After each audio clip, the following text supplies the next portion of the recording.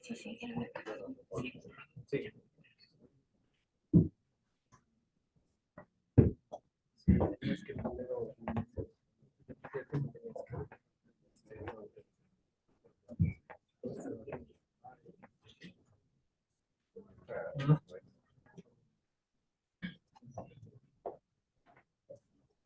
Muy buenos días con todos. Bienvenidos a esta segunda jornada de capacitación referente a lo que es manejo de muestras biológicas para peritajes que se llevan a cabo en el área de genética forense.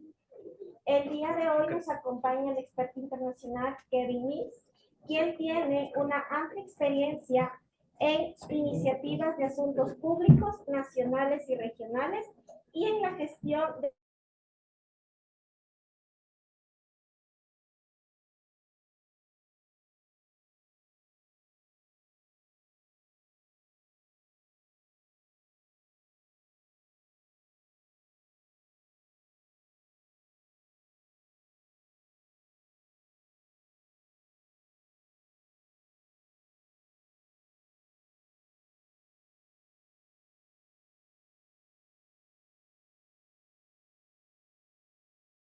y seguridad nacional, desde varias misiones diplomáticas británicas. Ahora es consultor para la firma de abogados estadounidenses Gordon Thomas Honeywell y consultor experto para la Fundación Panamericana para el Desarrollo en Washington, D.C.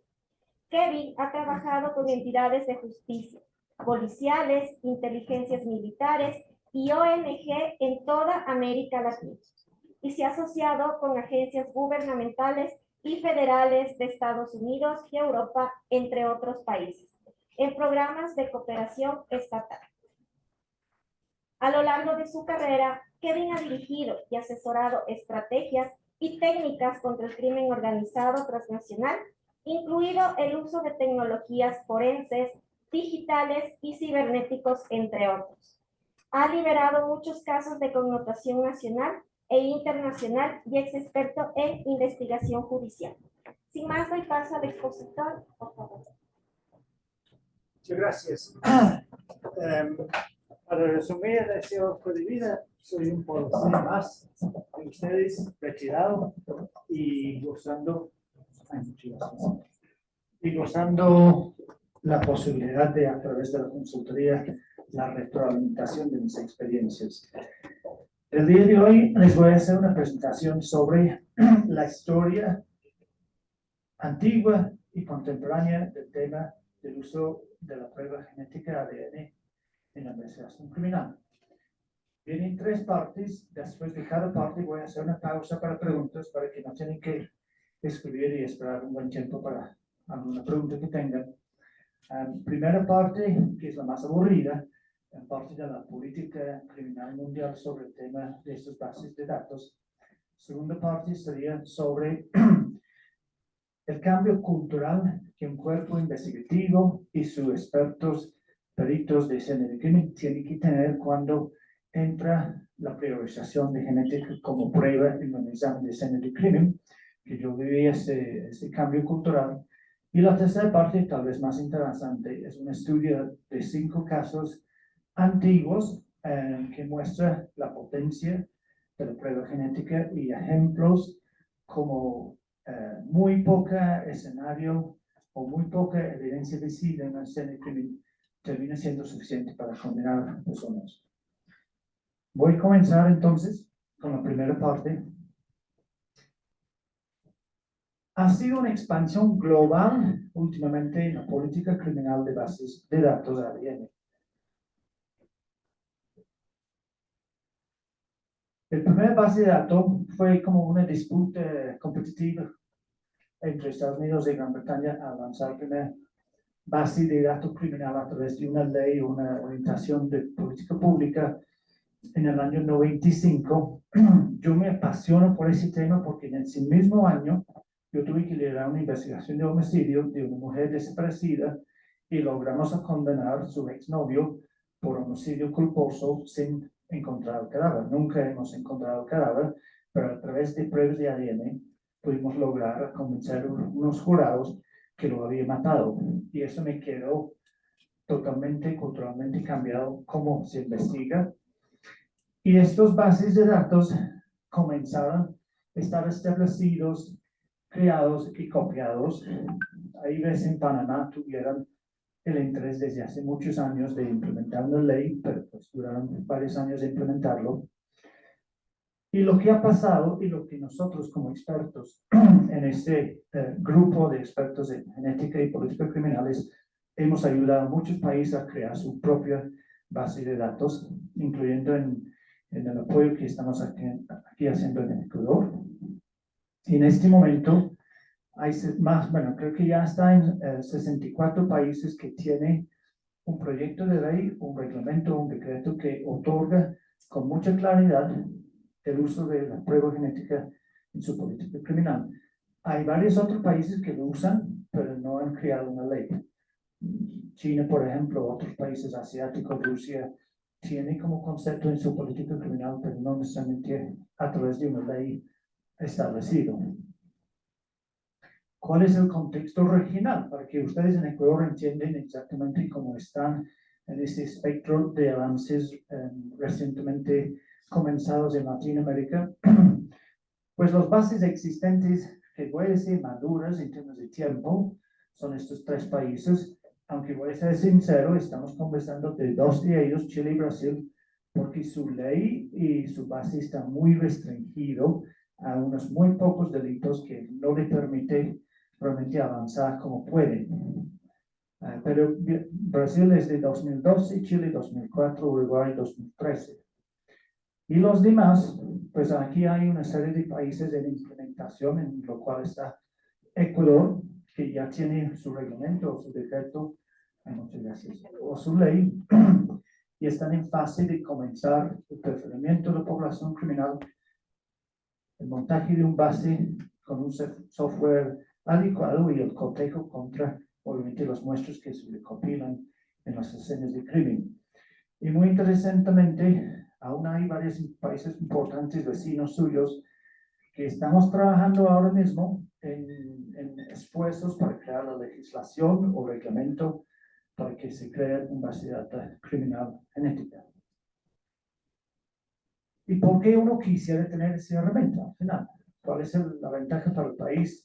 ¿Cuál es la ventaja para un político de hablar porque es necesario y la inversión? Pues primero, resuelva casos que otras disciplinas criminalísticas tal vez no les dé el resultado. Porque obviamente no todos los delitos tienen testigo que puede declarar, yo vi que Kevin Mills cometiendo el delito. No todos los rincones de todas las ciudades tienen una cámara. Y obviamente la tendencia de la criminalidad no es confesar al delito. Pero también previene delitos, porque a través de muchos estudios ya realizados, cuando una población criminal está perfilada al salir de casa, hay mucho más nivel de autocontrol sobre su posible entrada en la reincidencia. Actúa como algún tipo de freno en la carrera criminal, porque pues si saben que sus células epiteliales y otras muestras biológicas podrían estar fácilmente encontrados en la escena de crimen. Muy importante punto, con el tiempo, exonerar inocentes que han sido investigados y están a punto de estar imputados, pero la prueba genética muestra su inocencia, o lastimosamente están ya condenados y luego la evidencia investigada atrás muestra su inocencia, porque la prueba genética indica la presencia de otra persona como culpable. Y al final del tiempo ahorra dinero. Y les doy un simple caso, que estamos hablando con el Congreso en Colombia. Desde hace 12 meses en Cali, un violador comenzó una serie de violaciones y golpes a mujeres. Era un mototaxista y él recopilaba en las noches mujeres que estaban trabajando en bares, cafeterías, restaurantes, a ofrecer servicios de mototaxi. Algunas, no todos, pero algunos él seleccionó para violar y las llevaba a unas andenes, unas trochas, donde las violaba y las golpeaba. hizo 14 víctimas en menos de un año. En la víctima 15 estaba visto por un policía de moto haciendo patrullaje, saliendo de una trocha de forma rápida, extraña, y la policía lo paró, lo hablaron y escucharon gritos y vincularon él con la víctima golpeada. Y fue detenido, fue investigado el caso uno a uno. Su genética fue la semen en la víctima, y medicina legal luego dijo, este es el violador de Cali, 14 víctimas previas. El señor tuvo registro criminal de muchos años. Si hubiera sido perfilado en un proyecto de ley en Colombia, había cometido una sola víctima, porque luego ya tienes identificado el nombre, y es una cuestión de búsqueda de la persona ya conocida versus esperar la suerte de encontrarlo en flagrancia. Ahorra dinero, porque estos son 15 casos largos de mucha inversión de la Fiscalía y la Policía versus un solo caso. ¿Cuáles son las tendencias globales sobre el uso de un base de datos en términos de productividad? Ejemplo, Chile. Su porcentaje de éxito de cruces de muestras de escena de crimen que exitosamente sacan perfil y cotejan contra la base, uno en cada 25%, crucen con nombre conocido. ¿Por qué? Porque su ley solo permite registrar personas condenadas por delitos sexuales, que es un concepto político un poco equivocado, que esto solo sirve para delitos sexuales. Nosotros, como expertos en manejo de escena de crimen, saben que pues hay muchos otros materiales biológicos que se pueden encontrar. Cuando se incluyen delitos violentos en su código penal, aumenta 10%. Con delitos violentos sexuales y de robo, a 20%. ¿Por qué? Porque la carrera criminal y las personas involucradas en violencia y violencia sexual, la criminología nos indica que muchos comienzan su carrera en actos de violencia de propiedad. Cuando incluyen todas las personas condenadas de todos los delitos, incluyendo tipos de cuello blanco, fraude, cibernético, violencia intrafamiliar, que también es un índice muy importante, aumenta 45%, o sea, cada uno de dos casi que entra a la base coteja con un delincuente conocido. Y si incluyen los detenidos, las personas detenidas que al momento de su arresto, pero antes de su posible imputación y condena, aumenta hasta 60%. ¿Por qué? Porque puede ser que se investiga, se arresta Pepe Pérez por un delito. Con el tiempo se logra identificar que no hay suficiente para imputar, pero en el cruce de cotejo se encuentra que sí hay evidencia de otros delitos de esa persona. Y sirve para esclarecer todos los delitos. Les voy a dar un ejemplo clave de ese éxito, porque es importante incluir todos los delitos en la captura de las muestras de los imputados. Ese ejemplo, el proyecto SAQUE es una iniciativa en Estados Unidos de asegurar que evidencias recuperadas de víctimas sexuales no quedan archivados o no investigados. Y hicieron un proyecto de ir a todos los estados de Estados Unidos para verificar si había muestras no examinadas que tuvieran que priorizar. Encontraron 180,000 muestras en espera. 51% fueron clasificados aptos para enviar a un laboratorio forense. Parecía que tenía suficiente materia biológica para sacar una prueba. De estos 51%, que sería más o menos 90,000, 15,000 cruzaron con registros de personas ya perfiladas por delitos anteriores. Ahora, cuando empiezas a estudiar el perfil de estos 15,000, ¿qué se encuentra? Porque acuérdense que son delitos sexuales. Solo 14% tenían historia de delitos sexuales. 52% tenían historia de delitos violentos. Ahí está el vínculo entre la violencia sexual y la violencia ordinaria, incluyendo la intrafamiliar.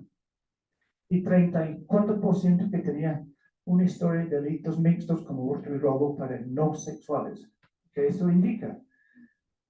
perfiles de las personas de robo y hurto y violencia, vas a capturar los perfiles de los violadores, los sicarios y los asesinos al mismo tiempo.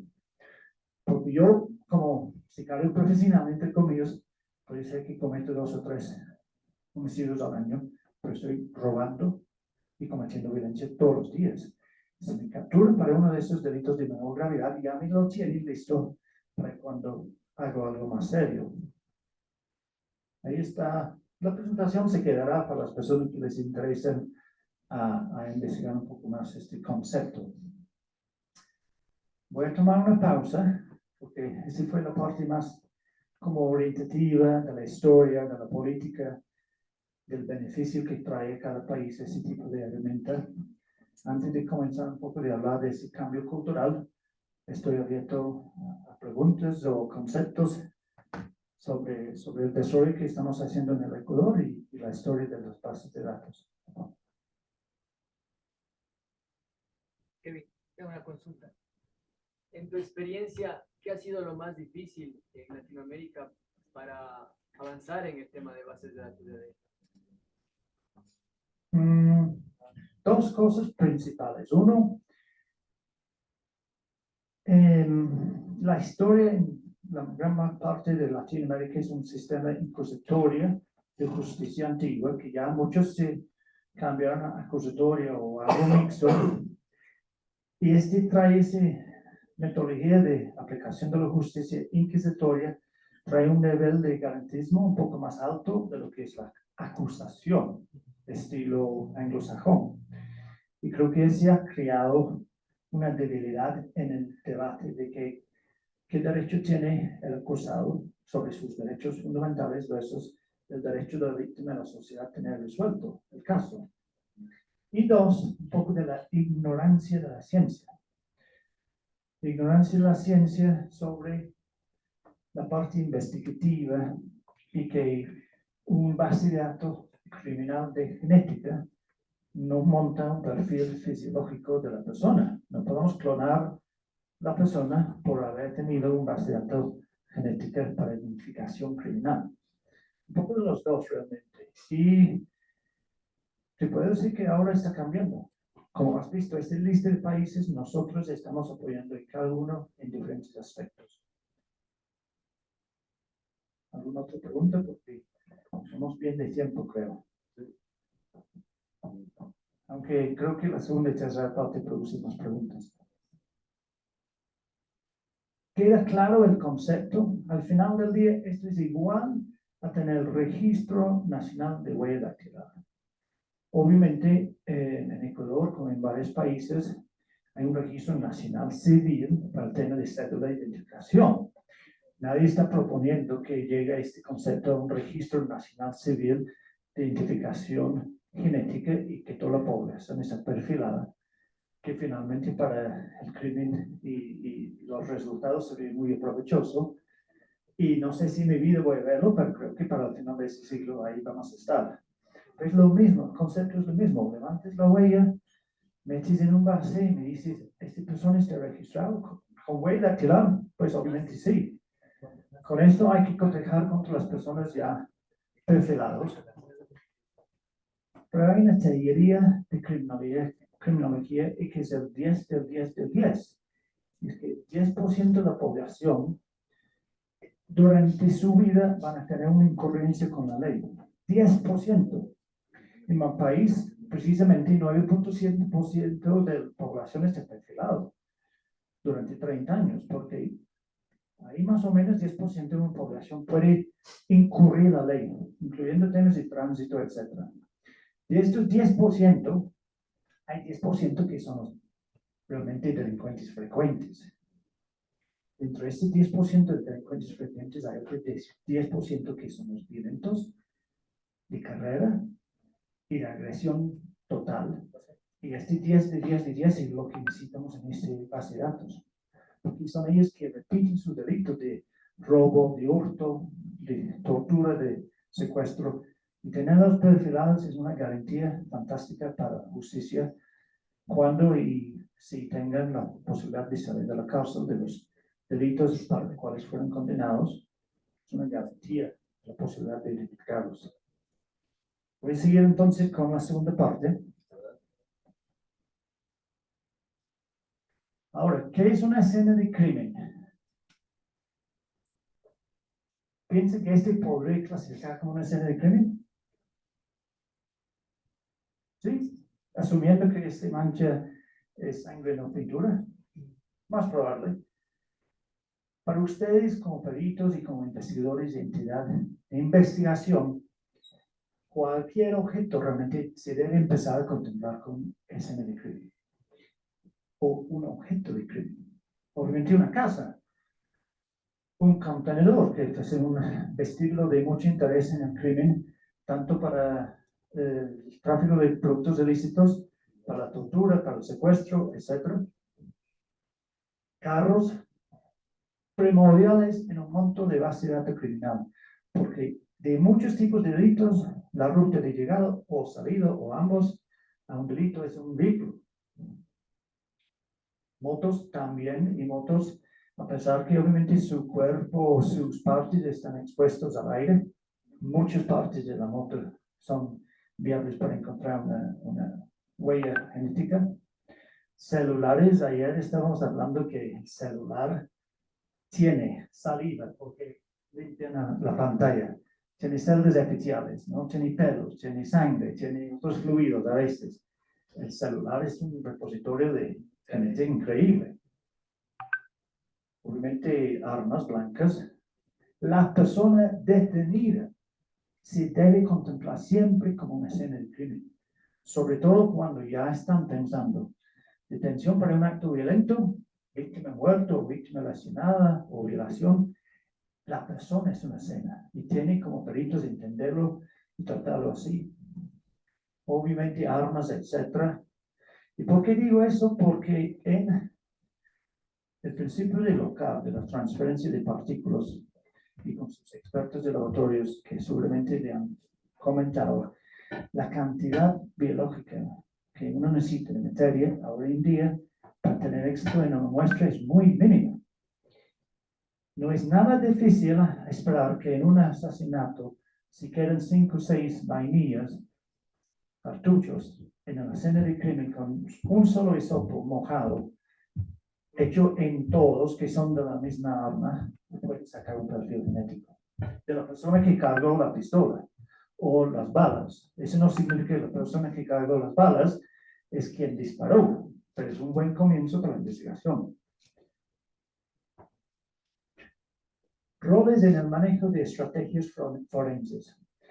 Esto tuvimos que nosotros aprender en los principios medianos de los 90, en lo cual el detective británico, con su lupa y su pipa y su traje, llegó a decir, yo soy el jefe, yo mando, a un concepto en lo cual el principal voz al comienzo de una escena de crimen es el perito, o los peritos, si es más de uno.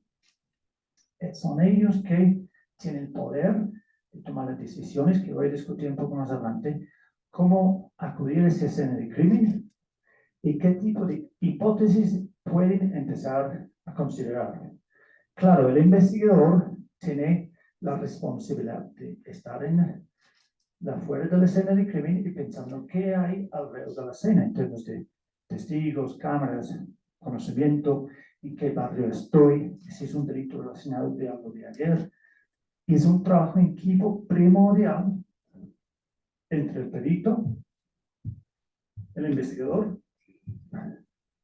y el gerente de caso, ¿no? Cada país tiene su forma de gerenciar casos y es primordial que poco a poco en ese concepto del monto de ese base de datos criminal de genética entre el Servicio Nacional de Medicina Legal y Fiscalía, que hay un buen manejo entre las tres partes. Y es importante que tengan la capacidad de decir al fiscal, ¿has hecho el curso de genética criminal? No, no puedes entrar a la escena del crimen. Y tampoco en traje. El poder que otorga gerencia de casos no significa que pueden ir a contaminar una escena del crimen. Lo mismo con investigadores. ese poder que ustedes tienen sobre el futuro de la investigación de escena de crimen es importantísimo. Y sé que no es fácil, porque yo recuerdo en la época, mentores míos, detectives, no querían ceder un poco a la voz al perito, pero al final hay que hacerlo. Y hay un cuarto que también es muy importante. En el manejo de escena de crimen es importante vincular lo que están encontrando con los primeros evidencias adicionales que están saliendo, de testigos o de cámaras. ¿Cuál es la hipótesis del investigador que llega comparada con la hipótesis del perito que están mirando? Ahora, voy a hacer un pequeño ejercicio. ¿Todos tienen para escribir? ¿Se traen un libro? ¿Sí? Bueno. Aquí hay más o menos los 10 pasos que se debe contemplar en la preparación de entrar y examinar una escena de crimen. Me gustaría que tomen un minuto cada uno y los ponen en la orden cronológica que se debe pasar.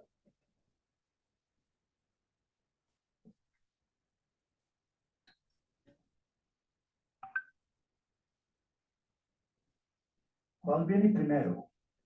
En la lógica de examinar una escena de crimen. ¿Cuál sería lo último? ¿Dónde cae el tema de fotografía en la orden? Lo visible, no visible. Debe ser alguien que podría ganar el premio de tener la lógica completamente correcta. Pero el concepto es hacerles pensar de sus capacitaciones originales como peritos e investigadores y también su conocimiento de la escena de crimen y las diferentes disciplinas que se practican. ¿Falta un poco más de tiempo?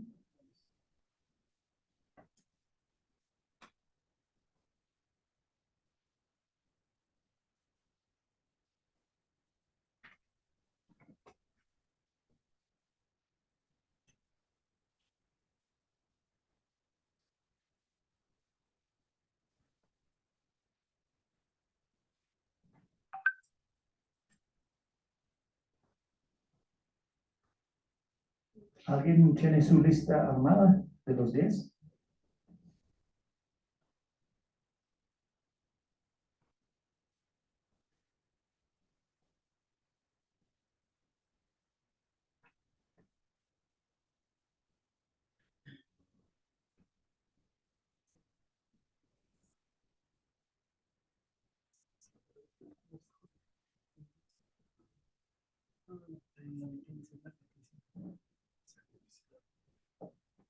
Sí, disculpa, los colores son un poco como fuertes. Sí, una pregunta. Una pregunta, por ejemplo, si llega a una escena de crimen, ¿no? ¿Cuál sería el rango o el espacio correcto o normado supuestamente para no contaminar la evidencia? Pues ese depende en cada escena de crimen. Depende del contexto del lugar, si es un lugar seguro o inseguro, el clima del momento, lo que ha sido el reportaje del delito, si van a practicar 1 o 2 anillos de seguridad. Y la teoría que tenga el primer respondente de lo que sucedió, porque obviamente si es un asesino, una escena es la víctima, pero puede ser que hay una arma abandonada a 20 metros, esta es otra escena. Puede ser que un testigo dio que la persona se fugó de un carro que chocó a 100 metros, es otra escena. Pueden, obviamente, asegurar los 3 en conjunto o uno por uno. Cuando uno está pensando en la evidencia biológica, obviamente están pensando, ¿el criminal tocó qué y dónde?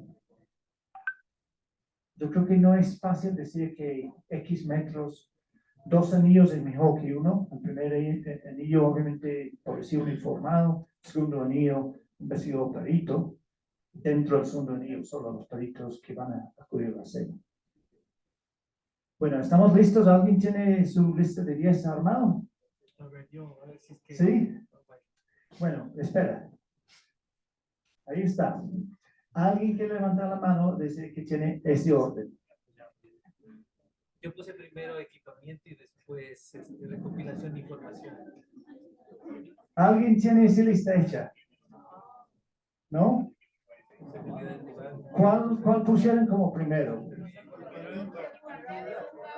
Yo puse primero equipamiento. Y después seguridad de la Ok, persona. vamos uno por uno, rápido. Si no han recopilado un poco de información de qué sucedió, ¿qué equipos saben tener o pedir? Primer punto, en la llegada de una escena de crimen es información. Por radio, por primer respondiente, por alguien que está gritando, mi tío, mi tío. Información, porque ya están empezando a crear una hipótesis. Esta información puede estar comenzado desde que salen de la oficina, no por radio, por las plataformas policiales. Información te va a ayudar muchísimo a entender qué hacer y qué ha sucedido. Segundo, equipamiento. Claro, si tienes unidades básicas y llegas a una explosión de coche bomba, pues obviamente van a pensar en equipamiento adicional. Tercero, seguridad de personas, tanto ustedes como miembros del público, porque a la mitad de una escena de crimen viene una recriminación del otro bando criminal, pueden estar en un escenario no tan bonito. Seguridad del lugar.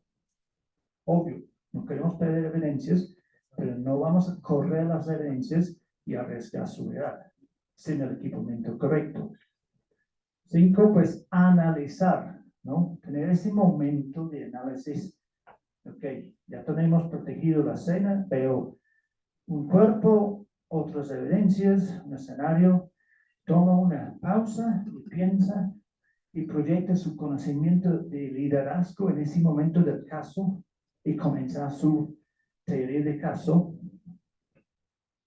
fotografías, porque ahí cuando entras y empiezas a investigar, la escena empieza a tener su impacto ecológico, sus cambios y las fotografías. En el momento que están tomando las fotografías, te orienta a entender, estoy acercando el cadáver para hacer fotos y veo algo importante. Las fotografías te ayudan en el análisis. Documentación escrita primordial, obviamente, desde el principio. Anotar evidencia visible, ¿no? Para que se te oriente en qué orden quieren llegar las evidencias. Pensar y anotar posible evidencia no visible. Luego una orden de recuperación de las evidencias que están identificando. Y al final comienza en la recuperación. Pero lo más importante desde que salen, que llamen a un homicidio, un evento, una violación. En ese momento, quien está liderando el caso y comenzar a teoría son ustedes, por lo cual la información debe ser lo primero. Ahora, un poco de priorización de las disciplinas. Tal vez por programas como CSI Miami, etcétera, y programas nacionales y las telenovelas famosas que hay en Latinoamérica, pues el tema de genética no es nada desconocido. Pero es muy importante entender que en términos de la genética, tiene que empezar a causar prioridad versus algunas otras disciplinas criminalísticas. Sobre evidencia balística, cualquier evidencia balística que sea, un cartucho, algunas balas encontradas tiradas en el piso de un carro, la arma misma. Hay que pensar primero en la genética, segundo, en cualquier otra cosa que quiera hacer con esa evidencia balística, que sea la prueba balística, obviamente meterle a un sujeto de búsqueda de huellas dactilares, con polvos o con pegamentos, con otros elementos. No sé si han escuchado de Gun Blue. Gun Blue es un producto de limpieza de armas clásicas que tiene una química cuando se aplica a metal de casquilla de vainillas de cartuchos o el bala mismo o el arma, produce un efecto que revela huellas dactilares. pero por un tiempo corto. Luego hablamos de esto, unos pruebas que están haciendo sobre esto. Pero cualquier otra disciplina que quiere hacer con ese arma es al final. Genética primero. Y no es nada difícil a pensar en cómo voy a pensar en mi búsqueda de materia biológica en esa evidencia. No destruye la posibilidad que levanten huellas y no destruye la probabilística tampoco. Es muy importante en todas las escenas de crimen que estas dos disciplinas, que son primordiales, van en segundo lugar y tercer lugar. En el primer lugar siempre tiene que estar la genética. Este es un ejemplo de varios que existen. Les recomiendo investigarlo profundo, porque se afecta un poco climas, se afecta un poco alturas, se afecta un poco superficies distintos, pero este es digamos, un diagrama de flujo de cuál es el proceso de levantar posibles celdas epiteliales o manchas con hisopos secos o mojados, según la casuística británica, que te orienta, dependiendo de la superficie y la posibilidad de qué tipo de muestra es, usa hisopado mojado o seco o ambos, y cómo guardarlos. Es un ejemplo, la FERI tendría su versión también, la Unión Europea, y como mencioné, superficies son distintas y también climas pueden impactar un poco la orientación y su propia experiencia, pero es importante definir, y hemos hablado de posibles miradas en el manual de escena de crimen, es importante que desarrollen su propia decisión y formación del uso del hisopo mojado o seco. Kevin, el copito es el hisopo. El hisopo, sí, el copito, sí. Una consulta. Tú dijiste antes que podían obtener el perfil genético de los cartuchos, pero no sé si es que te referías cuando está en el almacén cargador o cuando ya ha sido disparado y sale la vaina, ¿no? ¿A qué me voy? Y alguien dirá que es imposible a lo mejor obtener cuando ya está disparado porque el calor puede eliminar a lo mejor el perfil genético, ¿no? Pero si nos vamos, por ejemplo, a la parte de las huellas dactilares, antiguamente se creía que no se podía obtener huellas dactilares de una vaina que ya ha sido disparada, ¿no? Porque por efecto del calor le elimina, una huella está integrada por sales, grasas y líquidos, ¿no? Entonces, producto del calor le elimina, le evapora y ya no se puede obtener huellas.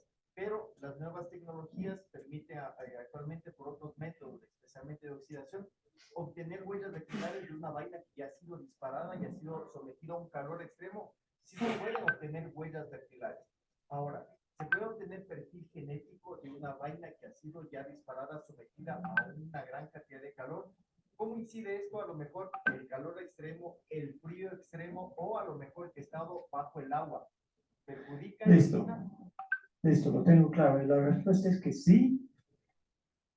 Si son múltiples cartuchos en el piso de una arma de 9 milímetros, 6, 7, 8, un solo copito para todos, no uno por uno, el mismo, porque si tú ves que es la misma arma que ha tirado una sola arma, pues un solo copito.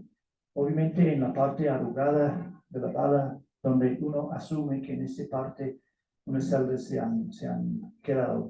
Y hemos hecho cursos y prácticas en Colombia, en la cual hemos sacado perfil genético de una bala recién 5 minutos esperado y también huellas dactilares.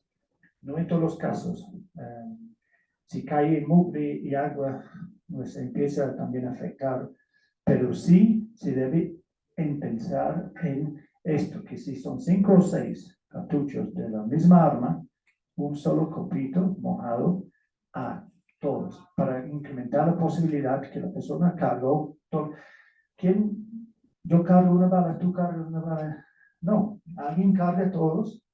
Entonces, si hacen ese proceso de un solo copito para todas las vainillas similares o no similares, exactamente las mismas, hay mucha posibilidad de sacar una muestra. Voy a hablar un poco de contaminación. Tocamos esto ayer un poco, y es importante en su propio manual que lo miren. Cuando ya empieza a montar un base de datos criminal, tienen X miles de personas perfiladas de población criminal y están atendiendo escenas de crimen y recopilando evidencias para cotejar contra esa población criminal, dos cosas son muy importantes. Primero, lo que mencioné sobre quién entra a la escena del crimen. Hay que ser mucho más riguroso de que personas no entran porque piensan que tienen poder, pero no tienen el conocimiento o la posible contaminación. Y dos, cuando se recopila la evidencia en la escena del crimen, la recopilación y el traslado de esa evidencia a una bodega y luego al laboratorio tendrá su cadena de custodia. Quienes están en esa cadena de custodia de las evidencias nunca deben aparecer en la conectividad con el delincuente, ¿no? Porque ahí es una posible acusación de los abogados defensores de contaminación. Yo atiendo un homicidio, recopilo una navaja, hago una prueba genética en la parte de madera de la navaja. Se embala la navaja, se embala el copito. Mando otro al laboratorio, 2 personas involucradas con esa cadena de evidencia. A los 2 meses, bueno, el laboratorio es más eficiente. A las 2 semanas sacan un perfil y dice, este es Pepe, está registrado. A las 2 semanas yo voy acompañado con un investigador a detener al delincuente. Estoy arruinando el caso porque estuve involucrado en la recopilación de la evidencia y voy a estar conectado con el delincuente. O viceversa. Soy un investigador, veo escapando una escena de crimen de homicidio, el delincuente lo capturo. Se va a la cárcel, se va a detención, fiscalía empieza su proceso y voy y converso en la escena del crimen con los peritos. Caso arruinado, porque estuve con el delincuente. Y si encuentran presencia biológica del delincuente en la escena del crimen, me van a acusar que yo lo traje. Entonces, tiene que compartimentalizar el rol que hace en la escena y la conectividad con el delincuente, que puede ser meses o años después. Las acusaciones en los primeros años de nuestra base de datos fueron de ese estilo. Realmente no atacan el proceso, no atacan el proceso del laboratorio, no atacan el concepto de qué es ADN. Buscan atacar la cadena de custodia y la posible contaminación. Si tienen rigor en esto, y las personas dicen, jefe, no me asignan a capturar mañana a ese señor porque yo estuve involucrado en la escena del crimen la semana pasada. O, jefe, no me piden que voy a hablar con los peritos porque yo capturé al delincuente. Manda otro. Es un concepto que tiene que tener mucho rigor para prevenir la contaminación. Y lo mismo en la planeación de prueba del detenido cuando ya está capturado, ya está imputado y van a hacer la práctica de prueba entre que está en custodia por X delito, van a asignar recursos a hacerlo, ¿no?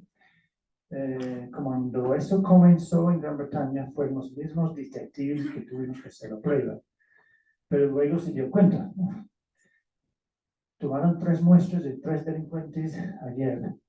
Ahora, si está involucrado en escenas de crimen, podemos acusar que estamos llevando prueba genética de un delincuente ya detenido a otra escena de crimen. Entonces empezaron a buscar una forma de que las personas que trabajan en el sistema penitenciario y custodia son los que toman la muestra cotidiana de las personas perfiladas de población criminal, porque esas personas normalmente no están en el campo investigando y no van a tener ese riesgo que contaminan o que acusan su contaminación. Esto es importante porque esto es realmente lo que buscan pelear, es la cadena de custodia. Ahora voy a pausar para preguntas de esta sección, antes que empiece a conversar de algunos casos interesantes. Yo tengo una duda. ¿Quién se levantó la mano primero? A lo mejor los copitos, ¿ustedes tienen algún número de serie? ¿Por qué pregunto esto? Porque hay casos en los cuales, por ejemplo, en la toma de muestra de disparo, a veces se cambian los equipos con los cuales se toma, ¿no? Pero esto tiene un número de serie que nos permite asegurar que este número de serie fue el que le tomó a la persona X y no fue cambiado. Entonces, que han tenido casos en los cuales se hayan cambiado los logitos o tienen numeración que asegura que no se puede realizar el cambio. Cuando nosotros comenzamos, usamos las barras antiguas de tiendas, ¿no? Que identifican un producto con un número de serie. Desde hace varios años ya son códigos QR, con un número de serie abajo. Pero el código QR es escaneado y esto es único y corre con el caso siempre. ¿Ese código está en el envase? El envase no viene con, el envase viene con, es un kit que tiene el copito, el envase, los varios stickers que tiene ese código, que pueden poner 1 o 2 sobre el envase, la primera bolsa, la segunda bolsa. Y algunas evidencias son obligados a tener algún tipo de candado especial, como balística, y sobre el candado también. ¿Ustedes tienen un kit especial? ¿Ustedes Es un kit como, bueno, como kit de PCR COVID. Un kit que viene uno por cada evidencia o cada copito. O si han usado 2 copitos en una sola evidencia, como mencioné, un copito seco, un copito mojado en la misma evidencia, pues los 2 copitos juntos. Yo tengo una duda. Y lo podemos hacer en 2 momentos. El primer momento, conociendo que las temperaturas de un disparo sobrepasan más o menos los 300 grados centígrados, y que obviamente a esa temperatura la estructura proteica de la célula se puede destruir y obviamente no encontrar ADN. Y ahora el otro momento es, bueno, lo que tú estás diciendo, que quizás un avance de sensibilidad con respecto a lo que hoy tenemos de ADN, puede ser que una ínfima cantidad que pudo haber quedado residual existe y esa posibilidad frente a la existencia debemos recuperar frente a la posibilidad de encontrar ADN. Eso se explicaría lo que tú estabas manifestando de que levantemos pese a que existiera un sinnúmero de disparos, recabar en todas ellas obviamente un hisopo frente a la posibilidad de encontrar ADN. ¿Sería eso? Sí, si son 6 o 8 y usan un solo copito, obviamente están dando más posibilidad de éxito de un solo vainilla en el piso. También la ocurrencia del tiempo y el éxito no es de 70-80%, está 20, 30, 15, 30% de éxito. Es bajo, pero es suficientemente posible de hacerlo pensando si hay varios cartuchos, pues la posibilidad se incrementa. Ahora, obviamente, posiblemente tienen casos muy emblemáticos, no resueltos, con evidencia balística ya archivados que podrían contemplar regresar a hacer ese proceso. Y nosotros hemos hecho algo similar y voy a hablar un poco de casos de antiguas evidencias, pero primero necesitas cotejar contra algo. En este momento no tiene montado la población criminal.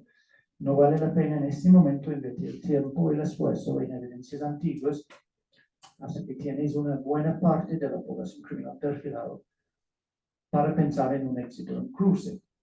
Pero sí, cada vez más es más sensible la posibilidad de encontrar genética de la expresión del cartucho de un arma, pero no es 100%.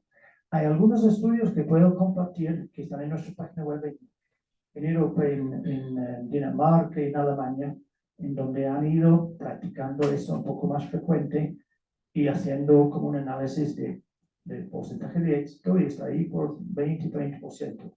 Yo considero que con 20-30% vale la pena hacerlo. Es un costo-beneficio. Si es un solo cartucho versus 10 de un caso emblemático, más lo quieren apostar. Una pregunta con respecto a esto de la toma de muestra del presunto sospechoso. Tenemos que contar con el documento de consentimiento informado de la persona que nos autoriza a hacer esa toma de muestra. Bueno, los 62 países que mencioné, ahora está en ese Ecuador, ha creado un reglamento o ley o decreto ley que en teoría contiene 2 cosas. Voluntariamente pueden, Si no dan su consentimiento, una orden judicial o la ley misma otorga el poder de tomar una muestra sin su consentimiento. En Gran Bretaña fue así desde el principio. Más de 92-95% dan su consentimiento, porque el no consentimiento significa sacar por fuerza un pelo. Y en algunos casos que recuerdo en los años de los 90 fue necesario, pero la comunidad criminal realmente llega a entender cuántas personas pelean de dar su huella digital hoy en día, cuando están detenidos. Me imagino muy pocos. No sé en Ecuador si hay alguna cosa específica. El concepto de esto debe ser un poder que otorga el sector de justicia al momento de imputación, tener el poder de tomarlo sin el consentimiento, porque tiene dos propósitos. Uno, cotejar esto con el caso vigente. Y dos, verificar si en la base de datos de otras escenas de crimen está la presencia de esa persona. Y si no da su consentimiento, da la alerta que posiblemente tiene miedo que su genética está presente en otras escenas de crimen. Entonces, el concepto del reglamento es donde haya persona no ofreciendo su consentimiento, se hace con orden judicial, y si no quieren dar su hisopo bucal, sacan un pelo por la fuerza, que no es nada difícil. Y por sorpresa, de atrás. Lo he hecho miles de veces. Cuando en estas épocas era un detective y tuvimos casos y pensábamos, ¿vas a dar tu ADN? Yo lo voy a dar mi ADN, dame un whisky. Ah, bueno, listo. Y alguien se pasó atrás, ¡pum! Ya, demasiado tarde para practicar. Listo, vamos a la tercera y última parte, que es la parte de casos.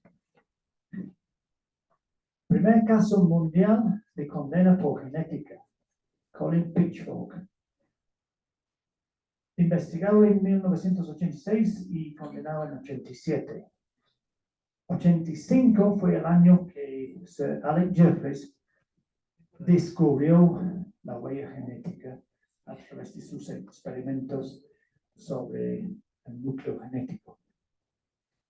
Colin Pitchfork mató a estas dos niñas en Gran Bretaña, 83-85. Violación, matanzas. Él tenía 19 años en aquel momento. Este es el señor ahora. En esa época, pues, por así no sabían de genética. Pero en los dos delitos encontraron una muestra de semen en una víctima muerta. Después de la segunda, pues las novedades en la comunidad de evidencia forense se hablaba del descubrimiento de Sir Alec Jeffreys. Y el investigador de caso dijo, yo tengo dos pruebas de semen. ¿Me puedes hacer de prueba ese rastreo fotográfica del ADN de esas dos pruebas? A ver si es la misma persona. Pues lo hicieron, sí, es la misma persona. Listo. Tengo un sospechoso que estoy a punto de detener y acusar y puedo sacar una prueba genética de esa persona por una orden judicial en aquel momento está libre. Bueno, tráemelo. Lo detuvieron, sacaron la saliva, lo mandaron a Sir Jeffreys, hicieron prueba y no era el sospechoso. No era el sospechoso. Prevención de una acción incorrecta y obviamente la garantía de inocencia. A cuál época atrás hubiera sido posible que por convención y, digamos, hipótesis hubieran acusado a la persona para llevar el juicio incorrectamente?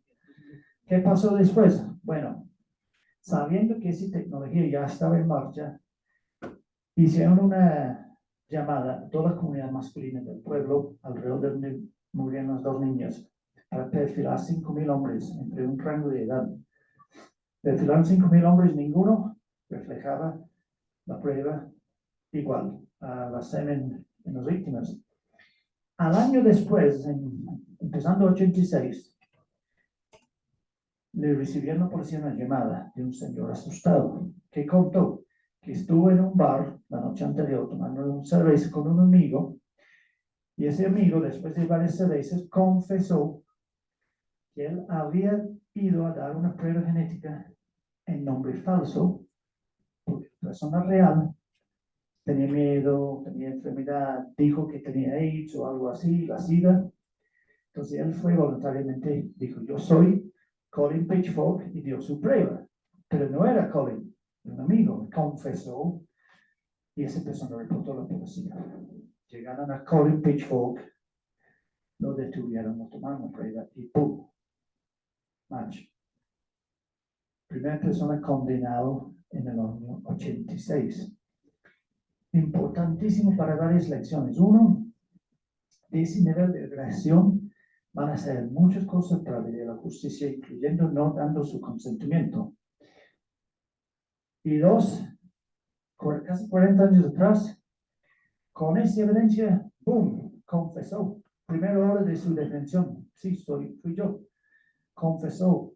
Caso corto, caso barato, nada de juicio largo, nada de acusaciones incorrectas al inocente, cantidad de plata que se puede presumir que se ahorraba, porque la genética mostró su presencia en la semen en ambas víctimas, no como una celda pequeña a 100 metros de la escena del crimen, no, en el semen ya confesó, y ese caso que fue emblemático costó muy poco.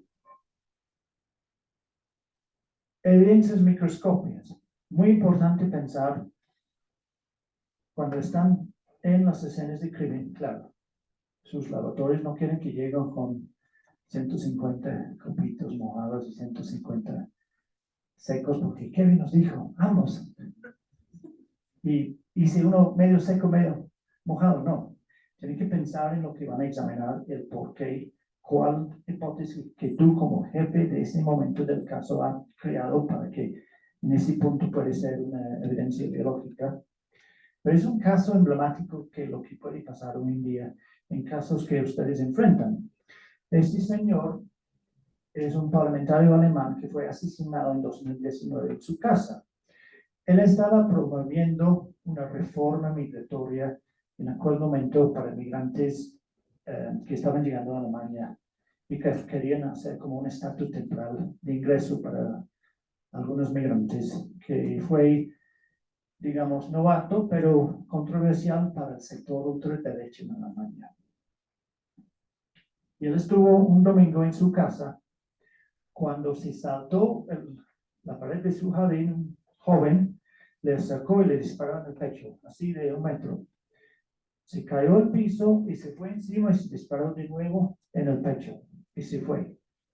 No fue capturado en cámara, no tenía cámaras en su casa, a pesar que era parlamentario, pues un país, su mayor parte muy seguro, muy liberal. Se escapó. En la investigación, mirando de atrás, aplicando ese orden de metodologías de la escena de crimen, pensando qué pasó, que alguien había visto al señor corriendo, mirando los movimientos en la césped, mirando el disparo, mirando cómo había caído, determinaron que más probable el segundo disparo estaba muy encima. Entonces, primera cosa que hicieron fue con unas cintas hacer unas análisis de la chaqueta que tenía puesto. Y en el análisis de las cintas del lado izquierdo del pecho, encontraron un esquema de piel. Como fue un caso emblemático, dentro de 48 horas ya tenían perfil. Dentro de una semana tenían detenido Steven Ernst, un joven con un pequeño antecedentes criminales, ya estuvo perfilado por un robo, un hurto. Simplemente se había radicalizado sobre el tema de migrantes y decidió acabar con el parlamentario. También un caso suelto en una semana, con un caso realmente mínimo. Claro, hay que complementar esas evidencias, hay que complementar quién es Steven Ernst, qué motivo tenía para el delito, tenía acceso a armas, tenía antecedentes, cuál fue sus movimientos en ese día, cuál fue su registro digital de su teléfono y algunos otros elementos. No es decir, su ADN está en el pecho de la víctima condenado, no. El caso tiene que estar fortalecido Pero en algo tan sencillo y tan momentáneo de acercamiento de la víctima y el agresor, se puede encontrar la genética. Ahora, hablando un poco de cómo se ha evidenciado que la genética es robusta y queda presente por muchos años. En ese caso del señor Russell Bishop, joven en el momento de su acusación, hoy en día encarcelados. Estos dos niños fueron muertos juntos en un bosque en Inglaterra. Esta fecha. Él fue investigado porque era una relación con la familia, la gente hablaba que era un poco raro, tenía unas como intereses sexuales un poco distintos, que le gustaba mujeres muy jóvenes, era un poco vagabundo, y fue investigado y acusado y declarado inocente en 1987, con evidencia muy circunstancial. Yo he revisado el caso y yo creo que los jurados hicieron su trabajo de decir, no estamos 100% convencidos con estas evidencias circunstanciales, hay que ser sólido en nuestra convicción que es el autor inocente. El patólogo y investigador de campo que hizo la escena del crimen en ese tiempo, pensando en la transferencia de partículas, hizo unas cintas de la ropa de los dos niños, pensando en cambio de partículas de ropa del agresor. Pensando si logran identificar al agresor y tienen la ropa, posiblemente partículas de su ropa quedan en la ropa de los dos niños violadas y muertos.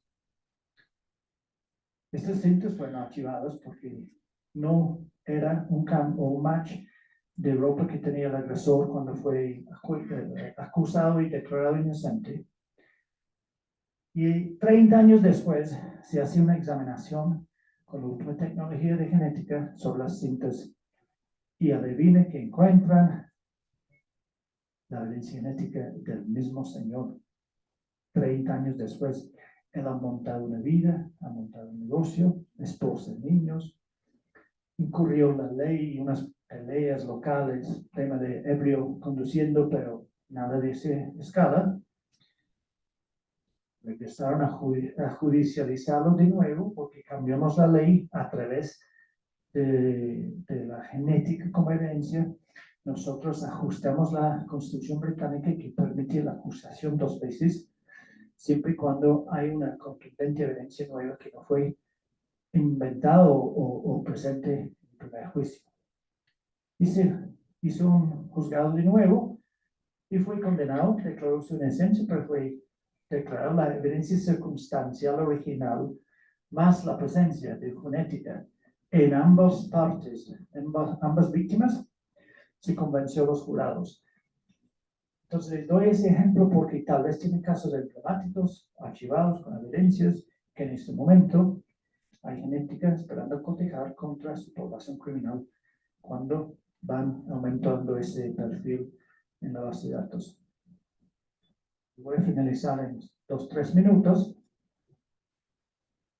Estas 22 víctimas de un acto de terrorismo en Manchester en el año 2017, si mi memoria no me falla, ese es el agresor, un musulmán radicalizado que entró la sala de espera de un concierto grande en un auditorio de 5,000 personas de Ariana Grande, la cantante americana, de muchas niñas, mujeres, y él entró con mochila con bomba artesanal.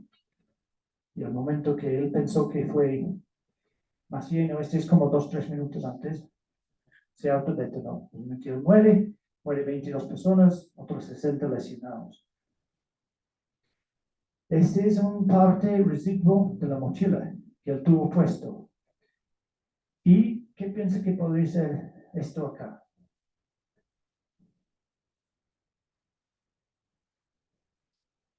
Es el circuito detonante que él tenía.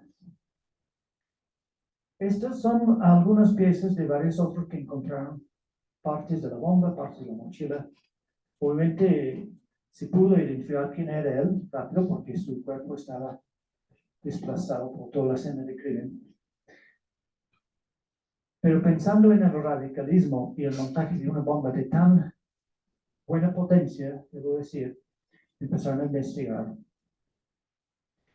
Y no recuerdo si la mochila o el detente, pero algunos de los dos encontraron un perfil parcial, que no fue él, pero otra persona, pero era parcial. A través del caso, empezaron a pensar que posiblemente un hermano que él tenía estaba involucrado. Y a través de la prueba parcial, fueron a buscar evidencias alrededor del hermano, fueron al hospital donde él nació, en secreto, con una orden judicial. En el hospital donde nació aún quedaba la tarjeta que hacen con sangre para enfermedades genéticas. Es decir, muestra de sangre que ya tenía sus 30 años, tenía perfil muy similar a la parcial, suficientemente robusto para ir a detenerlo y investigarlo. Al detenerlo, se encontraron un carro con residuos explosivos, otros circuitos, bueno, varios otros temas. Y con el tiempo y con la práctica pudieron sacar un perfil genético total de partes de la bomba del hermano. Hablamos de lo que pasa en una bala en el cartucho cuando se expira. Imagínense el calor y la ola de expansión de una bomba de esa potencia y aún queda por sangre o por sudor o células epiteliales, aún quedan residuos del hermano después de la explosión. Tan potente puede ser la genética. Y por finalizar, el rol suyo, como mencioné, empieza a tomar más importancia a partir de ese montaje de base de datos. Sus hipótesis de casos son importantes y siempre hay que promover en ese diálogo tripartito con fiscal e investigador mente abierta. Les doy un ejemplo. Ese es Marina Coppel, una colombiana que vivía en Colombia y fue acabado horrorosamente en 94 por 140 lesiones graves en su cuerpo y violación. ¿Qué tipo de perfil piensan que puede tener el autor de esto? Alguien psicológicamente dañado, un agresor sexual de mucha historia, un sicario que quería sexo y luego lo mató porque es acostumbrado a la violencia, un agresor en serie, joven, maduro, pervertido, normal, mental, estable o no. Pueden imaginar miles de escenarios, complejidades de cómo sería el autor de ese delito. 20 y algo años después de ese caso que no fue resuelto, regresaron a examinar evidencias y el anillo de boda de ella, que había sido sacado y guardado, fue mandado a examinar de nuevo. Encontraron una pequeña raíz de piel, raíz de pelo, perdón, raíz de pelo. Pudieron sacar una prueba genética en 2019 o 20, creo. No cotejó en la Banco de Datos Nacional, pero en 2021 fue perfilado una persona, un señor, 51 años, por conducir ebrio, sin antecedentes criminales. Perfilado. ¡Bum! Un match total. Sandy Patel, que en este momento está en juicio esta semana en Londres, porque declaró su inocencia. En la escena del crimen hubo una impresión parcial de pie, que nunca pudieron cotejar. Hay un match total al pie de ese señor de 51 años, millonario, vive en Londres con familia, tiene una serie de tiendas, empresario hindú, que en su juventud era una persona abusiva de mujeres y prostitutas. Y había encontrado a la señora y llegaron a salir esa noche y la mató en una forma horrorosa, siendo en aquel momento hijo de un empresario y montando su negocio, y le hace pensar qué tipo de perfil tiene cada autor y la experiencia que la herencia genética nos realiza sobre casos de atrás, la sensibilidad es tan buena. Un solo pequeño raíz de un solo pelo en el anillo tiene esperanza. Si no está en el base de datos de hoy, el criminal puede que llegue en el futuro. No. El raíz nos produjo el perfil de 2020 y él fue capturado por un delito menor. Pero no aplica el concepto. Dice, no es fácil de decidir cuáles personas cometen cuáles delitos. Todos. Este caso, yo estoy convencido que lo van a culpable y sería una clausura del caso causa netamente de banco de datos. Potente, tan potente que es la base. Con eso finalizo y a los finales. Okay. También está cansado. Así que no sé si tienen preguntas. Claro, esto es un resumen de casos antiguos, modernos, que indica, gracias, que indica la potencia de esa herramienta. Y no es que el éxito va a llegar mañana, porque el reglamento está y van a empezar a perfilar criminales. Eso toma su tiempo mental, como la base de datos de huella cloud. Pero su esfuerzo hoy va a producir los resultados para el futuro. Esta iniciativa ahora es realmente el comienzo de algo muy importante para el país. Es importante que estas pequeñas lecciones que mencionamos son tomadas serios, con rigor, y que tengan orgullo que la voz del perito y de criminalística ahora en adelante va a tener una importante perspectiva en el comienzo de las investigaciones.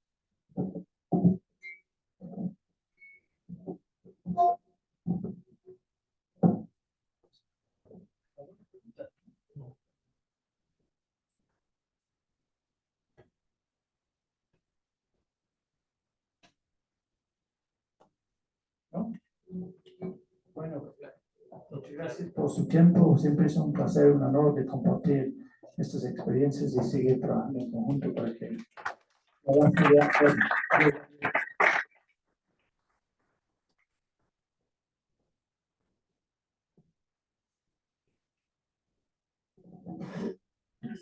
Sí, buenos días, gracias por la presencia de ustedes y por nuestro expositor que ha concluido su presentación el día de hoy. Uno de los objetivos de toda institución es mantener a su gente debidamente informados. De hecho que un investigador, un perito desinformado es un investigador, un perito que no va con rumbo a ningún lugar, está paralizado. La presentación magistral de Kevin denota el perfil de un investigador, el detective, que conoce de la investigación criminal. Por eso para él el punto de partida en toda investigación es la recopilación de información, que también es una función del experto que llega a la escena del crimen, del criminalista, pero el que está recopilando la información es el investigador, ¿no es cierto? El que averigua qué pasó, hay una tienda, hay cámaras de videovigilancia, hay de dónde bajar la información de las celdas de los celulares, etcétera, etcétera. Entonces, fundamentándonos en la información que ustedes deben tener, en definitiva, este evento se torna importante porque en el Ecuador ya existe un reglamento que nos faculta crear una base de datos de perfiles genéticos con fines de investigación y con fines humanitarios, que fue aprobado a fines del 2022 por el órgano de gobierno a través del comité directivo del Sistema Especializado Integral de Investigación de Medicina Legal y Ciencias Forenses, que está conformado por dos subsistemas. El uno de la investigación operativa, por ejemplo, los agentes de la DINASED, de antinarcóticos, de policía judicial, y el otro subsistema conformado por Policía Nacional y los peritos policiales y por los peritos civiles de la institución que yo presido ahora. Y justamente este reglamento fue validado por las dos instituciones, y bien es cierto, con modestia le digo, liderado por el que está haciendo uso de la palabra, a través del apoyo también internacional, como es el caso de Kevin Mills, que es un ex policía británico, como escucharon, y que hoy es parte de una organización que tiene sede en Colombia, que se alimenta de diferentes fuentes de la academia, de la OEA, y que lo único que pretende es que los países desarrollemos la normativa para contar con estos instrumentos, diríamos, jurídicos, pero que sobre la base de la identificación humana, a través de la genética forense, aporten a la justicia y se puedan resolver casos, que es lo que nosotros queremos. No podemos concebir que a estas alturas ustedes, jóvenes, servidores policiales, peritos, en realidad, no conozcan de esta ley. Por eso vamos a empezar una campaña con mucha profundidad, pero con solvencia también, para que se conozca. Si yo a ti, compañero, te pregunto, ¿en el Ecuador existen laboratorios forenses de genética? Pero no hay muchos recursos en los... Ya, no es así. No quiero que quedes mal, porque generalmente todos comparten esa duda. El Ecuador tiene 3 laboratorios de genética forense. El primero en equiparse, hace quizá 2 décadas, fue el de la Fiscalía General del Estado, que funciona en Quito. Después se montó el laboratorio que tenemos aquí en el 5º piso, que por cierto es el laboratorio el año anterior alcanzó la acreditación ISO, que es un éxito, no para la institución, sino para el país y para nosotros en materia forense, porque es un sinónimo del cumplimiento de las obligaciones periciales bajo la Fiscalía, pero en términos de calidad. Pues no es fácil conseguir una acreditación que le costó a la institución casi 3 o 4 años, porque es parte de un proceso. Entonces usted tiene que saber que tenemos 3 laboratorios sumándole el de Guayaquil, y que el de Quito tiene esta acreditación.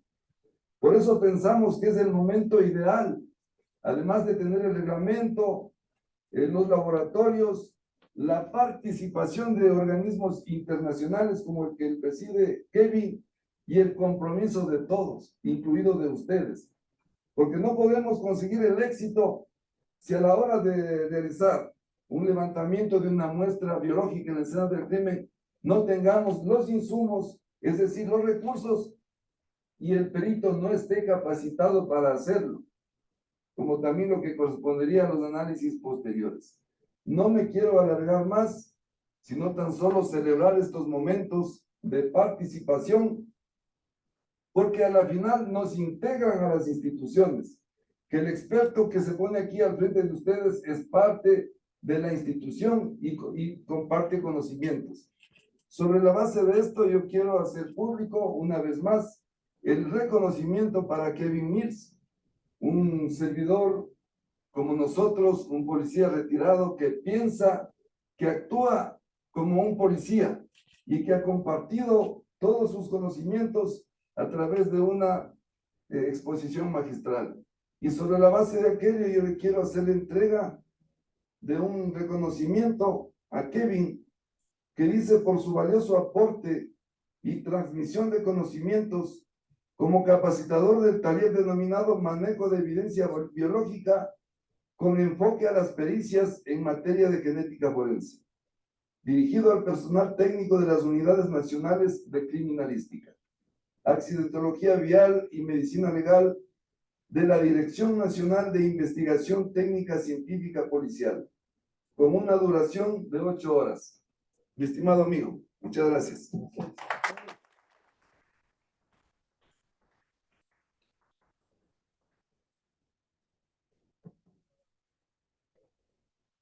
Tenemos un señor policial que nos acompaña en la fotografía. Por favor.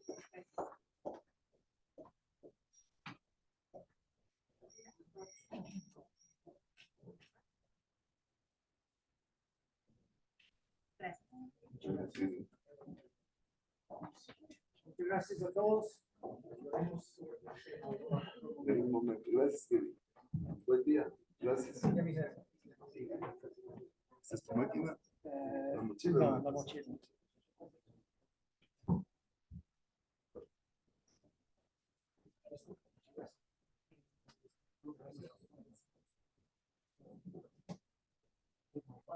Sí, sí, Sí, sí, tengo mi tarjeta. casi ya. En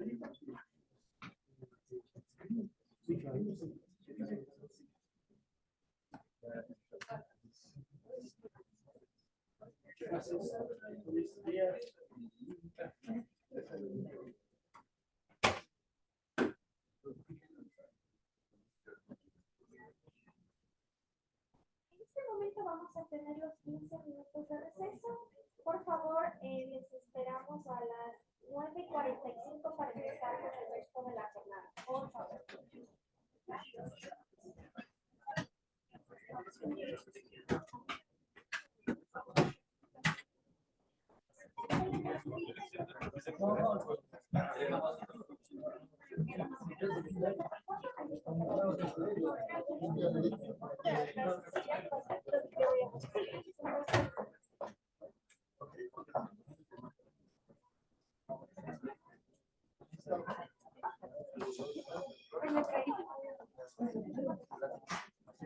Antes era mayor. Ya trae las copias.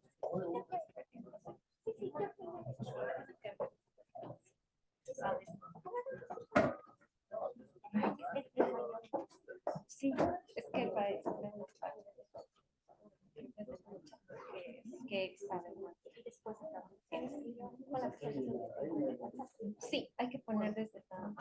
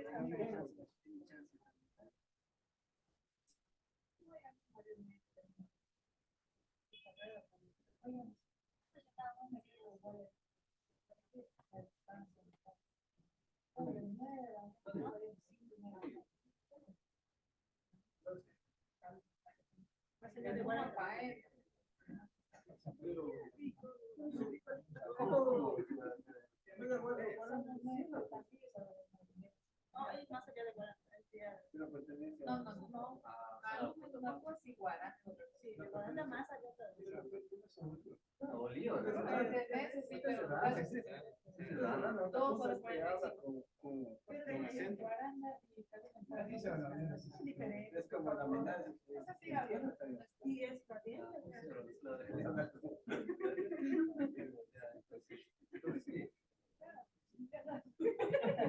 Ya me iba a decir que me pasa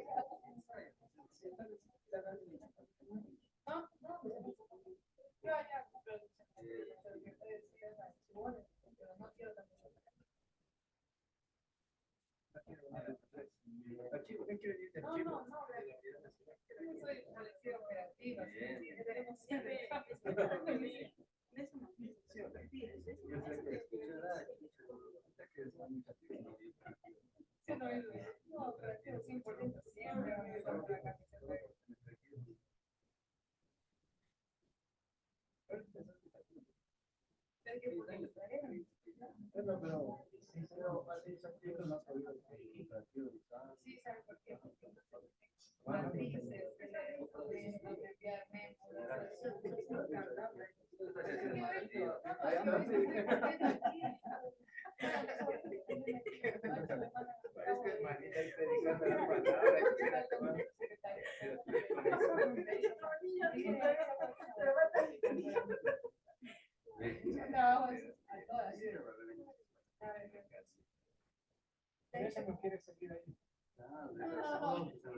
no, de todo, lo único que no me ha hecho la vida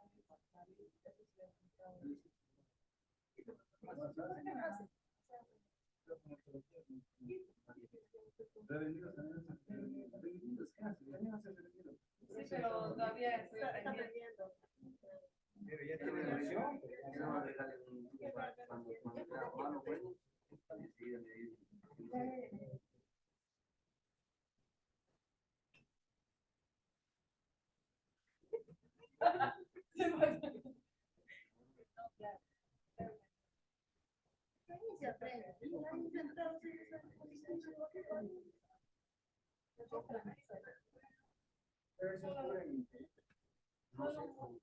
Sí, claro, allá en Machachi, Puerto Quito, Pedro Vicente.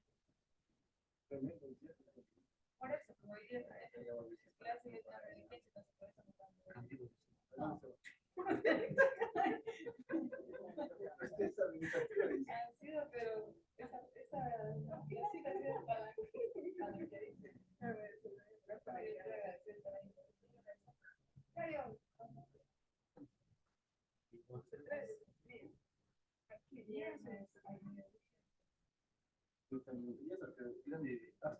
Ahora todavía no le sacan la cabeza. yo le juro que todos no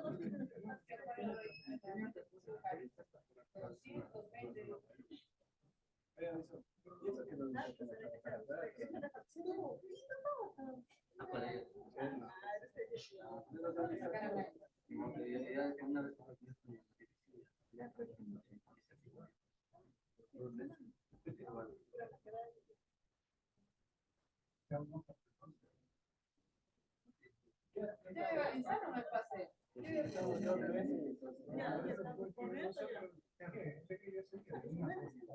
Es que a él, recién en la... Yo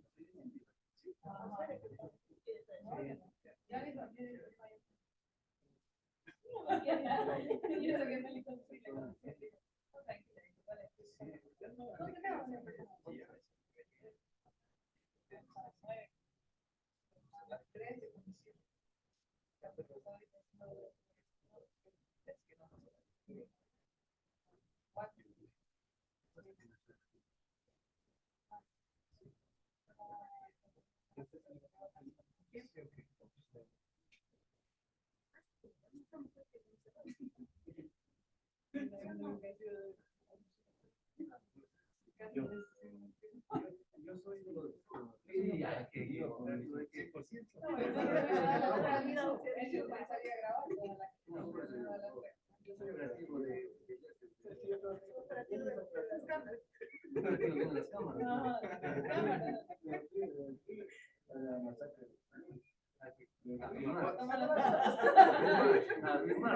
Fotografía forense.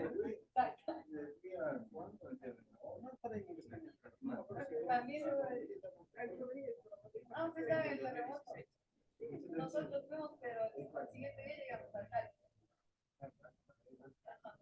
Ahí.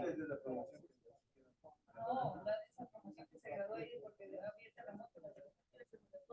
Nosotros fuimos a ayudar ahí. No, espera. Qué feo,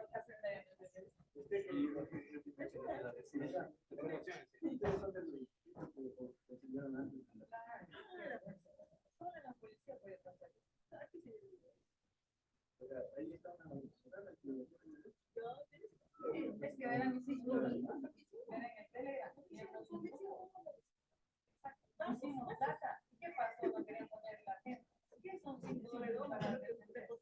No querían. Sí, yo deposité, pero no querían. Es que estaba a poner una acción de protección porque era que la cuarta iba a seguir.